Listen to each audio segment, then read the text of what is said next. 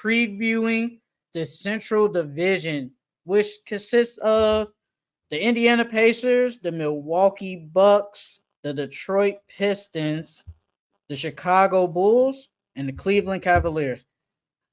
First team we should start with. Let's start with the Pistons. Like, what do you expect from like the Pistons this year? I love the Pistons. I'm real high No, on you love Cade. Cade. You love I'm real Cade. high on. I really love that team, to be honest with you, and I love that coach. I think uh what was it, JB? JB Um, Bickerstaff. getting JB, getting JB. I think that's gonna really turn them around because all the coaches that they had before, Monty's not ass. I just think that they didn't believe in Monty. Like Monty's voice went in one ear and went out the other. Like I said, I don't think they really wanted to play for him. But now you got JB Bickerstaff. I think JB Bickerstaff is a hell of a coach, and I think he gonna get them boys playing. And I think their defense is gonna be really good because they got a lot of good defenders, and they low key a big team because you got Kate at 6'8". I think Jaden Ivey is what your smallest person on the court at 6'3", 6'4". Um, and then depending on if they start a Sir, then you still got Jalen Duran. Ron Holland is a big guard. They got a lot of big people over there, and I think their defense is gonna. I think he's gonna turn that defense around. And if K stays healthy, I think they can be a really good team. In my eyes, all they was missing was a coach because they a young team, so they need discipline. And I think Monty's like one of them old school coaches, bro. And one of them old school coaches ain't gonna work in the NBA. You gotta adapt your coaching, bro. Um, so yeah. I feel like you're switching it. Monty didn't believe in them because Monty ain't care. He just wanted that money. He wanted that money because they gave him the bag. Because at that point when he signed, that was like the biggest contract for a coach in the league at that point. And I don't blame him for taking the money, but you could definitely tell he ain't care. Because I feel like at the crib, he's sitting back, man. He probably in Jamaica somewhere right now, man. He getting money, bro. He getting money for like the next, like, what, 4 years, 5 years from the Pistons? Bro, that man good. But now, though, the Pistons, I expect them to be better. I think they could definitely give me 20-something. And Cade, I'm high on Cade, Jaden Ivey. I hope JB Bickerstaff don't pull what Monty was, because remember in the beginning when Monty was like Jaden Ivey was saying like, man, I didn't know like if I was coming off the bench or not. So I hope JB, and hmm I feel like Jaden Ivey is actually gonna start. But the question is the shooting. I forgot they do have Tobias, and that helps them because I feel like Cade is gonna be good. Jaden Ivey, this is year 3. So I hope he has maybe like a breakout year. I feel like, I don't know if you do, but I want Jaden Ivey to basically be my second best player because that's gonna show me like you've been in the lab, you have developed. Like Tobias Harris, I think Tobias Harris is the second best player on that team, but I do want Jaden Ivey to be the second best. You got Tobias. Are they gonna start a Sore? Or are they gonna start like Malik Beasley or Tim Hardaway? I low key think. Well, I feel like it depends because last year Jaden Ivey, he to me he got like a little bit better, but it wasn't like no big ass leap. But if they go into training camp and Jaden Ivey is shooting better, I wouldn't be surprised if they or if a server shooting better, I wouldn't be surprised if they started him just for defensive purposes. But if not, I can low key see Malik Beasley starting. Which one do you value more, the defense or the shooting?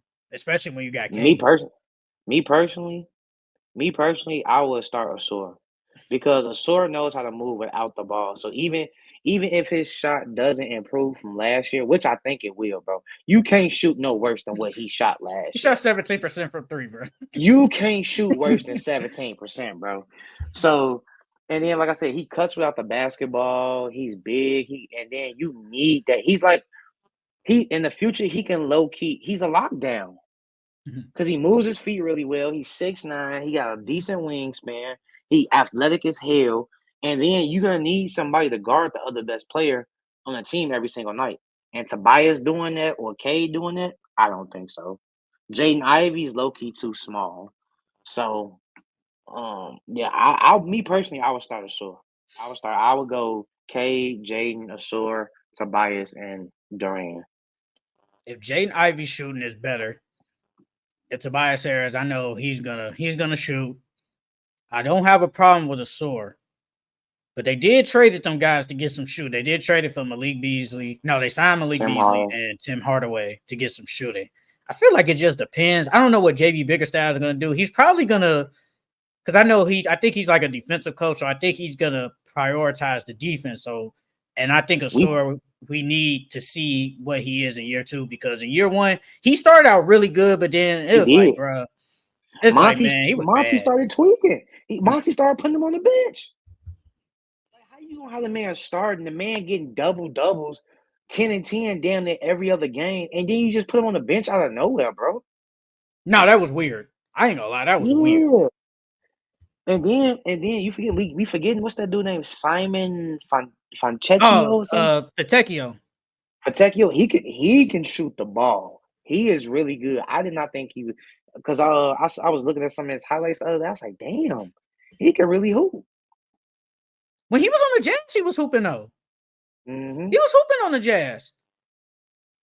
But like Jalen Duran, because it's funny, because I was just watching something earlier, man. They was talking about Jalen Duran is like, his defense is just, it's not it, man. His defense need to get better. What? Like, I mean, they Who see said something that? different. This was on Players' Choice. Players' Choice. And they was just talking about like his defense, it just needs to get a little bit better. Because I think he could be like a rim run type, like a rim run big, and be like a legit shot blocker. I think he's like that. And I like Jalen Duran. I do like him. I do think his offense got to be a little bit better though. Like, I do believe that. And I really got nothing to say on K, but I think that team, I think they should be better. But we gotta wait and see. And I feel like a lot low key though. No, real quick. I think a lot of people like you, like the people like you, they like the Pistons. Like, they like the Pistons. Yeah. They like watching that team. Mm-hmm. I feel like casual people don't. They be like, man, it's the Pistons. I'm not watching them. But like the real people that watch basketball, they like the Pistons.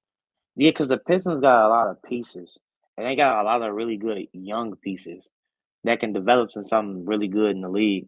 But with Jalen Duran, I wouldn't say Jalen Duran is like a bad defender. If anything, I say he's like average or like a little bit above average. Because you gotta think about it. That team last year was ass. So it's like as a center, you're the back line of the defense. So if your guards and your wings not playing D, you low key, you gonna be trying to block everything and you gonna be jumping at everything. And then he's still young. So I feel like I don't know how many fouls that he averaged per game, but I'm pretty sure he averaged like 3-4 fouls a game, bro. And if you averaging that many fouls, you getting taken out the game a lot. You know what I mean? It's like with Jaren Jackson be in foul trouble a lot. I'm not even gonna try and look it up, but I think he did, because he always be in foul trouble a lot, bro. Because I had him in fantasy last year, and he was like, he'd come out the game like early. He'd have like 2 fouls in the first, then had to sit all the way to the end of the second. Like, how many blocks did he average? Okay, never mind. So personal fouls, he averaged 3 last year. Yeah, that's a lot, bro. That's a lot. That means you at least picking up 1 or 2 in the first quarter. So then you sitting out that whole first and coming back the second half of the second quarter. You know what I mean? So it's like, I don't think he's a bad defender. I just think that he be in foul trouble a lot.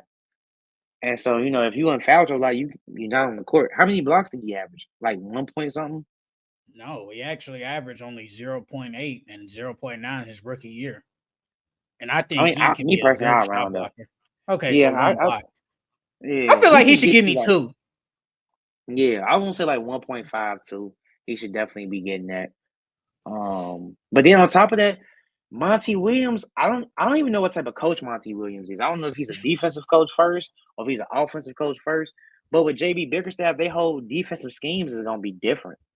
So I think Jalen Duran. I wouldn't agree with him being a bad defender. I don't think he's a bad defender. I think JB Bickerstaff could be better because I think JB Bickerstaff probably wanted to be there, and Monty Williams did. Because he basically showed the Pistons like I don't want to be because they offered him some money and he said no, I don't want to be here. Then it was like, well, up the price, man. He's like, I guess I can. Yeah, you can't say no to all that money, bro. And then they fired him after 1 year. But that's a combination of Monty not caring and the Pistons just bad organization. That's just a combination of both. But next team, the Chicago Bulls. What are we expecting from them? Nothing. I'm expecting nothing from my hometown team, bro. I mean, me honestly, what I'm expecting them to do is be a lottery team. I need y'all to be a lottery team. I need more talent on that team. I need y'all to trade away Zach LaVine. I need y'all to trade away Vucevic and any other pieces that we got that don't fit the timeline and get some draft compensation back for it. Because the Bulls, bro, like how we say the Pistons is a bad organization, and we being honest, low key are the Bulls are too. Without Jordan and without D Rose, what would the Bulls be? Nothing. You see what they did once D Rose got hurt. We've been average, if not average, and below average since then. Since D Rose got hurt and left. So I don't expect nothing from them. I honestly expect them to be a lottery team. I expect them to tank, and I expect them to get a top 5 pick next year. I don't expect them to tank because if they wanted to tank, you go find something for Zach. And in that contract, man, I ain't gonna lie, that contract nasty. Like, because he getting paid $40 million to basically be like your third best player on like a championship team. Vucevic, I don't think the contract was low key bad. I think it's like the Bulls, they should be trying to tank, but then they re-signed him because the Bulls, they always trying to be competitive. And it's like, at some point, you gotta realize we're not gonna do anything. And I feel like they gotta get that out their head. We're just not gonna do nothing. And I feel like they just like being competitive. They trying to be competitive. And if they want to say like the highest point we can get is playing, that's bad. Like it's okay. It's okay to be like, you know what, we're not good. Let's trade these players and let's be bad for another 3 years. It's just the fact that they were literally just bad like 3 years ago. They were just bad. Then we get Lonzo, Zach LaVine was good. Then we signed DeMar DeRozan. We get Vucevic for a healthy year. And like you've been saying, they were good. They were a top team in the East. Then Lonzo goes down and it changes literally everything. That changed everything. It really did change everything. I still don't believe they was going to beat Milwaukee in that series, but that's neither here or there. But the Bulls, I expect the Bulls to be the Bulls. Try to be competitive. If they're not good, they're going to try and flip Zach LaVine and Vucevic. Still fight for a play-in, even if they do trade for them, and then just tell the fans, hey, man, we made the play-in. We made the play-in. Mm-hmm. But it's like, but y'all got to realize, we're not good. Let's trade these people so we can try and get Cooper Flag. Like, to be honest with you, bro, I don't think the Chicago fan base, like basketball wise, they are dumb, bro. So if they tank, I don't think we would be mad because we know we are getting a top pick in the lottery, or like if we our ass for like the next 3 years or something like that. I don't think the Chicago fans are not going to show up to the game, bro. Because we Chicago fans, we are diehard fans. They lead the league in attendance. Like they're in the top like 5 in attendance. So you know what I'm saying? So even if y'all tank, bro, we still got young and exciting players. So people should still gonna show up to the games, bro. If that's what they worried about. They might as well just trade them boys and get some draft compensation back and try to rebuild this team, bro. Because what we got right now, you're not gonna do anything. Like you said, at best, we're a playing team. And then if we're a player team, we might not even make the playoffs, even if we are a playing team. And so you holding all this money on your books for what? Just to be a playing team and get bounced out and not even make it to the first round? Ain't no point in that, bro. That's exactly what they're doing. Because me personally, I'd be more disappointed with that because you're giving me false hope. I'd rather you just tank. I'd rather you tank. See what Montes Buzel is. You got Kobe White. That's a building block. Josh Giddey. We got to see what he is because he will be a free agent. If Josh Giddey plays good, You either gonna sign him or you gonna let him walk for nothing really. So you Patrick Williams, hope he stays healthy. Always hurt. He either hurt or he underperforms every year. So I feel like you do got some pieces, but it's like Vucevic and Zach LaVine are kind of blocking those pieces from doing something. Developing. Yeah, from So developing, yeah. the Bulls, I expect nothing. I expect them to be below mediocre, try and give, like you said, false hope, and be like, let's go for the play and then lose. And they want that extra money for them playoff tickets. Like, come on, bro. That's It's all not it that is, bro. serious. That's all it is. And it's It's like, not that do y'all not understand? Y'all still gonna make money if we're ass. But while you're making money, you might not be making as much money as you would of us being competitive, but you're still making money, and you're I wouldn't say banking, but you're setting your team up for the future. You know, we can get Cooper Flag, and then the year after that, there's a lot of other good players coming in after the Cooper Flag class. So it's like, bro, in the next 2 to 3 years, it's gonna be a lot of good young players coming up, and you can build your team around that. And the Bulls don't know what they're doing, bro.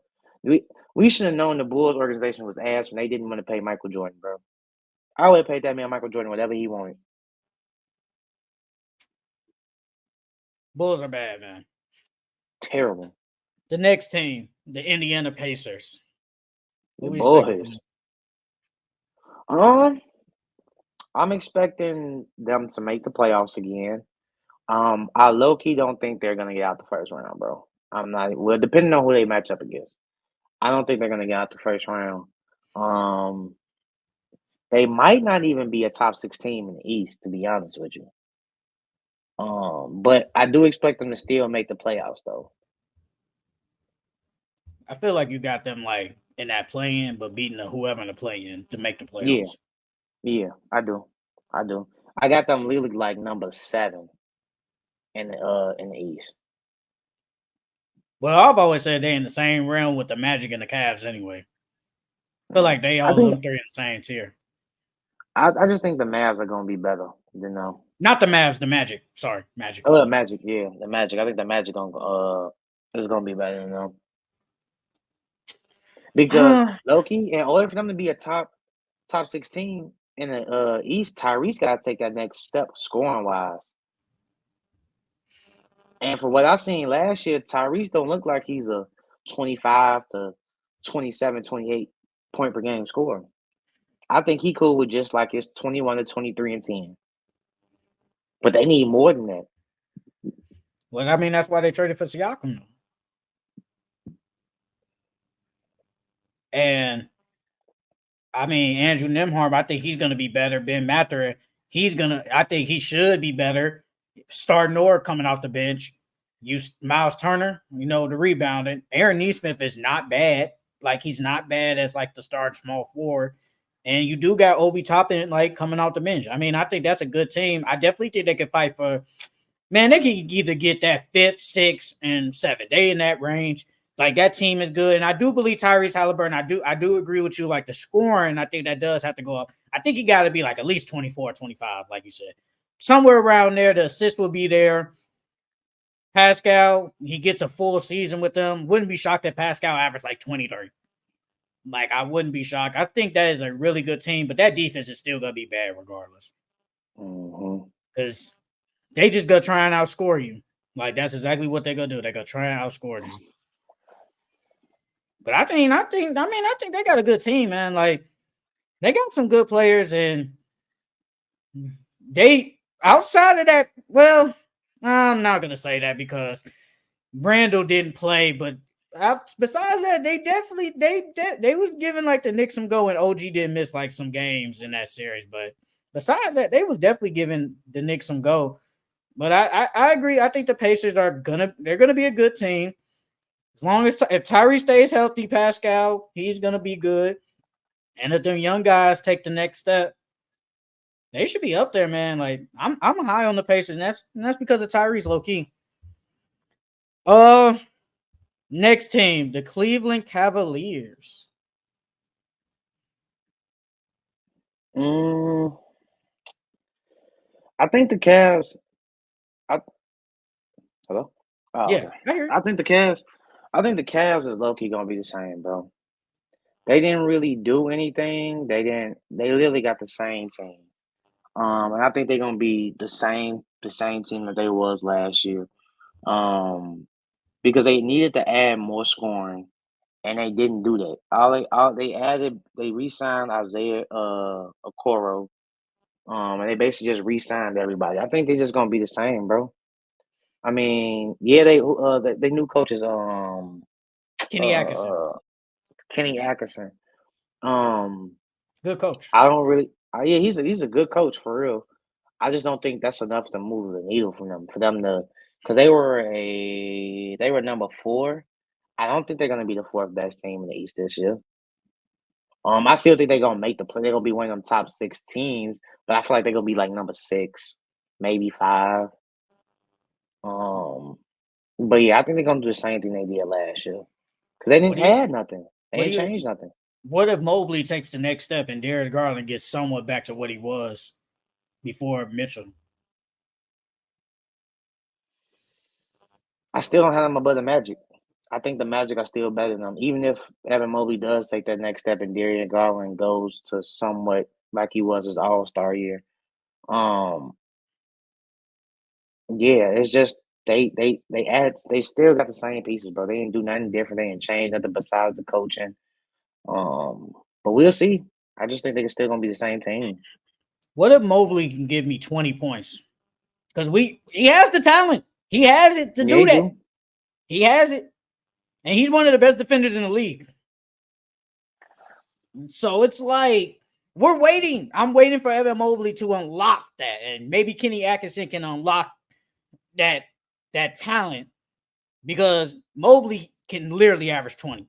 He can, but he hasn't. And I think it was like maybe like a month ago or something because Mobley only gave me 15 and he should be giving me more than 15 points. Like that's just facts. And the rebounding. Like, I mean, he averaged 9, but he is He should be playing double next to digits. Jared Allen.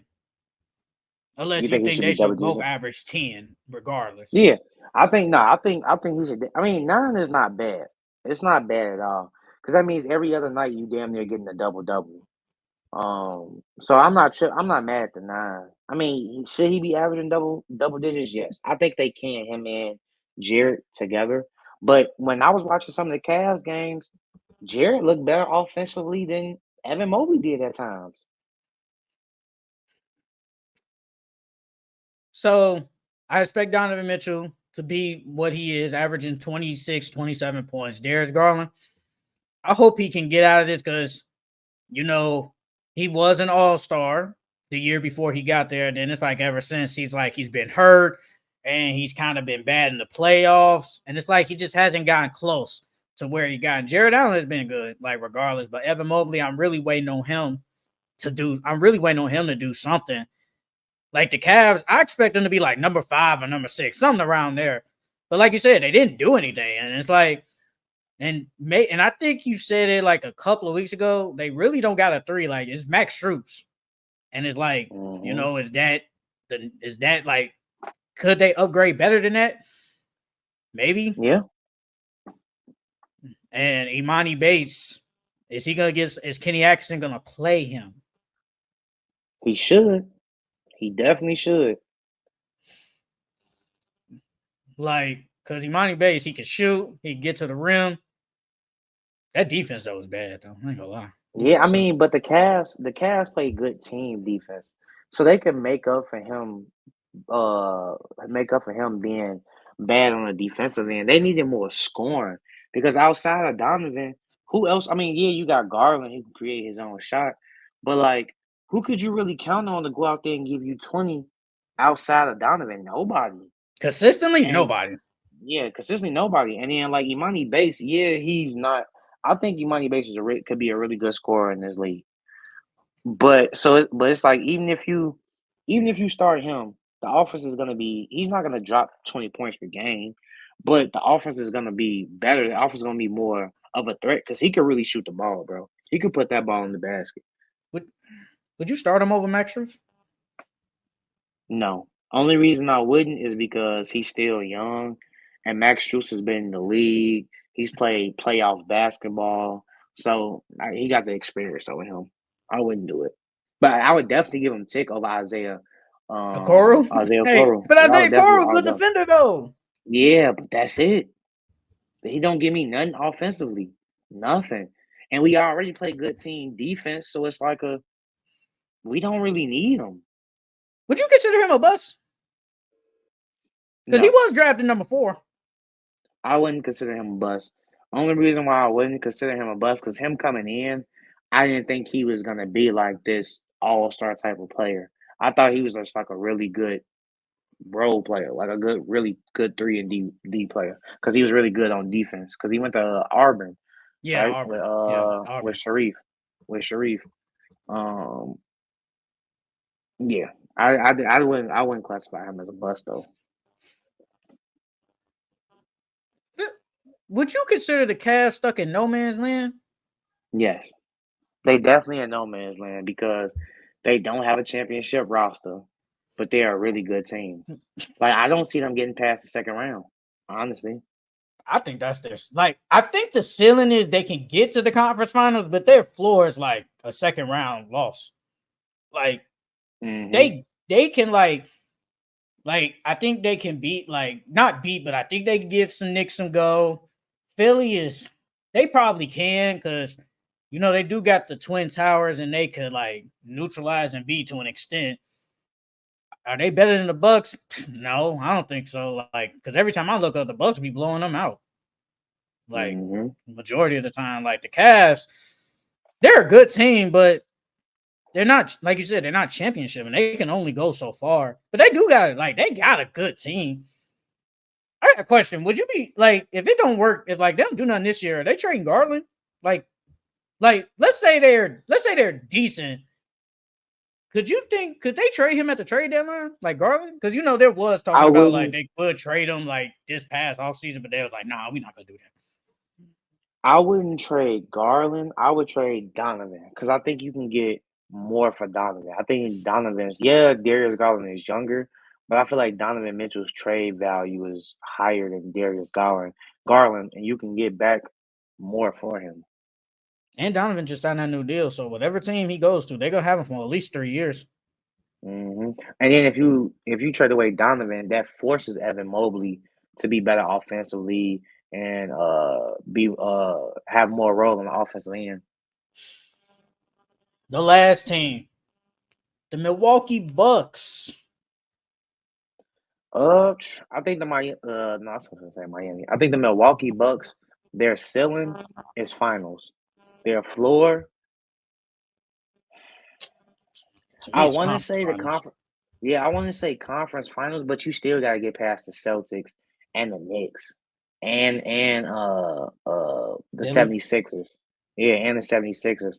So it's like they can make the second round for sure. I think that's their floor, but their ceiling is the finals.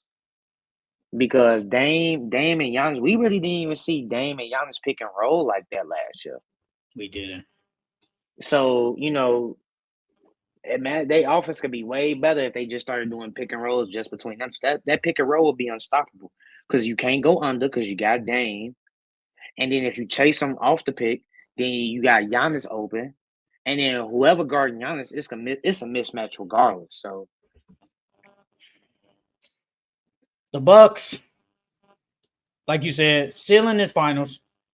To me, their floor is the conference finals. You have a top 3 player in the league.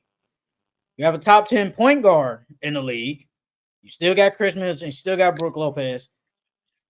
That team has been Harrington. underperforming. I wasn't going to name him, but I guess. But it's like they're basically better. Like they're a better team than the Lakers, and it's like if you got 2 basically top 10, top 15 players, you're expect to go far. Mm-hmm. And obviously they didn't, but that was because of injuries. But really, even before Dame, they've been kind of performing. It's like they either get hurt or they get bounced in the first. And it's like when you have a top 3 player, that shouldn't happen. I mean, I expect the Bucks to be obviously a top 3 team in the league. Well, not the league, the East, either 3 or 4. That's like Sixer. Well, really 2, 3, or 4, whatever. Knicks, Sixers, and Knicks, Sixers, or Bucks. I do like I think I said a week ago, like they did get better role players. So I think that helps. But like the Bucks, I feel like I don't know. Like they're a good team. They got some players, but we don't know. And I feel like this is the year where you gotta do something. Like you really gotta Yeah, do something. they have to. You have to at least make the conference finals this year. You have to. No, If you you gotta don't, make it it. was a failure of a season. It was a failure of a season if you don't. Yeah, I've been said that. Failure of a season if they don't make the conference finals. Like, you got to. I mean, I really don't got much to say on the Bucks. Like, they're a good team, got top players, but that is what it is.